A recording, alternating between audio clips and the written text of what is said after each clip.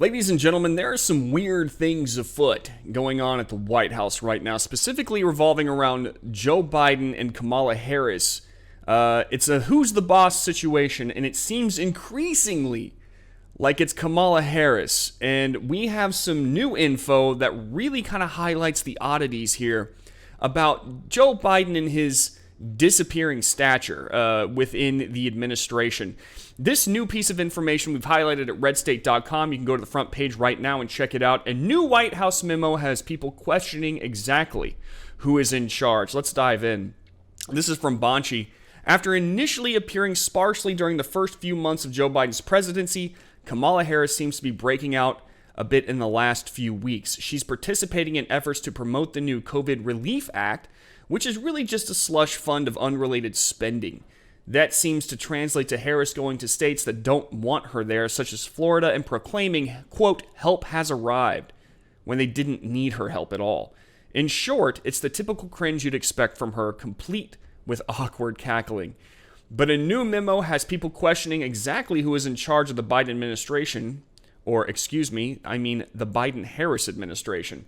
And this was written at Town Hall. A top communication person in the White House has instructed federal agencies to refer to the Biden administration as the, quote, Biden-Harris administration, a leaked memo confirmed. Please be sure to reference the current administration as the Biden-Harris administration in official public communications, the email stated, with the, quote, Biden-Harris administration in bold letters.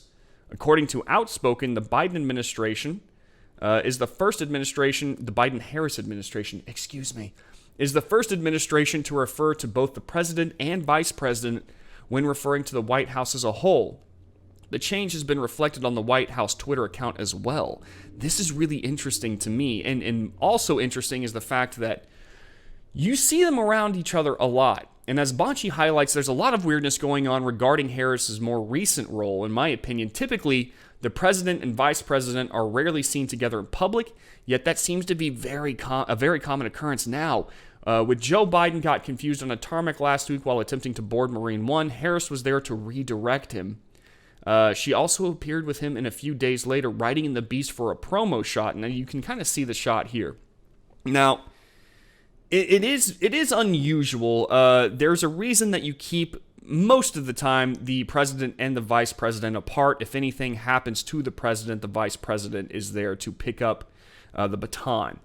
And they are seen together a lot. In fact, if they're not seen together, all the attention seems to focus a lot on Harris, which is really strange.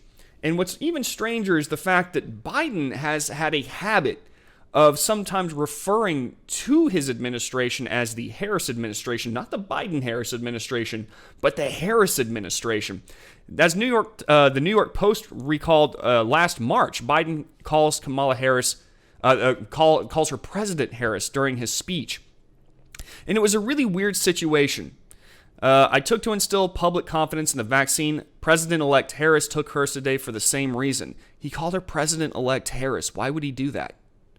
Biden also said, now when President Harris and I took virtual tour of a vaccination center in Arizona not long ago, one of the nurses on that tour, they injected people giving a vaccination, said that each shot was like administering a dose of hope. Again, President Harris. Now, I don't want to make any assumptions here, and I don't really like going into conspiracy theory much, but I think it's very odd that Biden, not only does he kind of mess up around that, they kind of want you to see it more as almost like a co-presidency, Biden and Harris together. Now, there was speculation a long time ago that once Biden got into office, it wouldn't be long before Kamala Harris really took control, because there was something wrong with Joe Biden. There was something cognitively weird about him. And it was detailed in an article written by the great and legendary Andrew Malcolm at RedState.com, a detailed and disturbing overview. Joe Biden looks seriously unwell. And he kind of highlights the various ways that Joe Biden seems to be not all there. I'm going to read some of this to you, and then you can reach your own conclusion.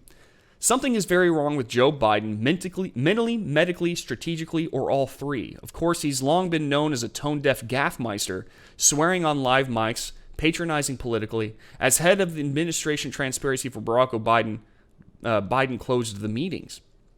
Biden closed the meeting, excuse me.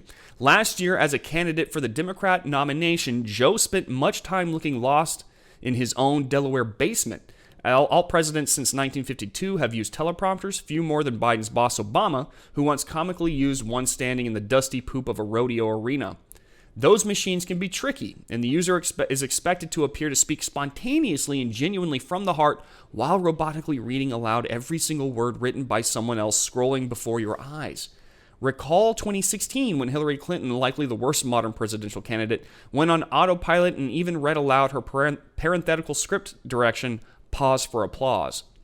Biden did overcome a childhood stutter, that is true. No easy task, but essential for politicians since the invention of radio. Biden's problems, however, aren't stuttering. He often appears confused, lost, unsteady, unprepared. Last fall, he clearly had no idea what he wanted to say, so at times gave the teleprompter operator on-camera directions. No, go back. At one appearance, Biden lost track of where he was, standing with his back to the camera. He shunned spontaneous contact, even with cooperative reporters, hardly taking questions.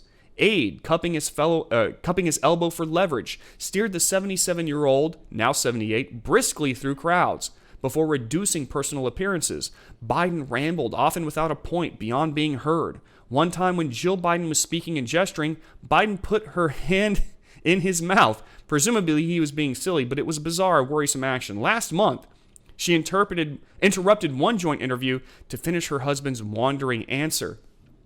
Biden's campaign days often ended by 9 a.m., while 73-year-old Donald Trump was doing 4 or 5 major rally speeches in multiple states daily. You might argue Biden's absence was strategic to give an imploding Trump the full media spotlight, but it's not the image of a sharp, fully competent chief executive confident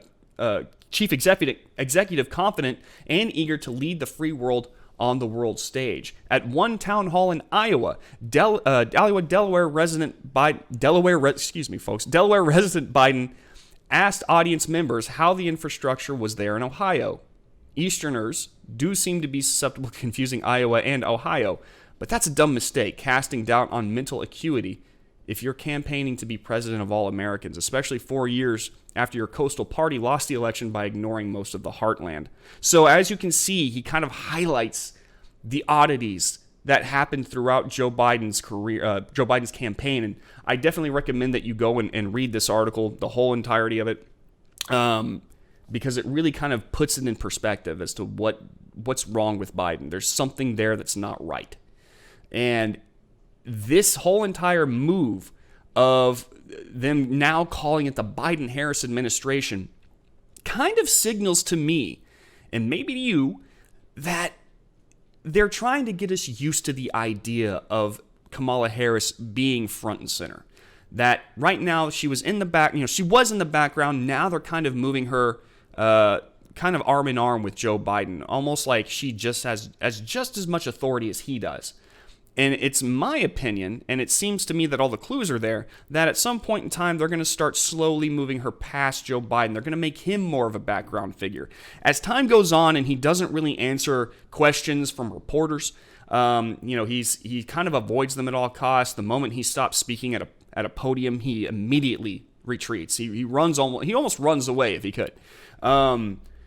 He's already becoming something of a background figure. They're still going to use him in ways, where he needs to make a presidential speech or something like that. He's still going to be front and center for now, but I think that you're going to start seeing these occurrences less and less. It seems to me that Harris is kind of stepping up to this. She is the one answering reporters' questions. She is the one kind of sitting in front of people and kind of being more spontaneous, conversing with people back and forth freely on camera. It's kind of strange to me. So are we going to start seeing more of a Kamala Harris to the point where they kind of announce that she is actually now president because Biden can no longer contain or obtain his position? He seems to be out of it too much now. Maybe he falls ill and they say it's time for him to kind of step down and Kamala Harris takes his place. Do you think that's going to happen? Let me know in the comments. I more and more increasingly think that it's exactly what's going to happen. Hey, thank you so much for watching this video. If you enjoyed it or learned anything, please hit that like button and be sure to subscribe and hit that bell notification icon so you're made aware when we upload new content. See you in the next video.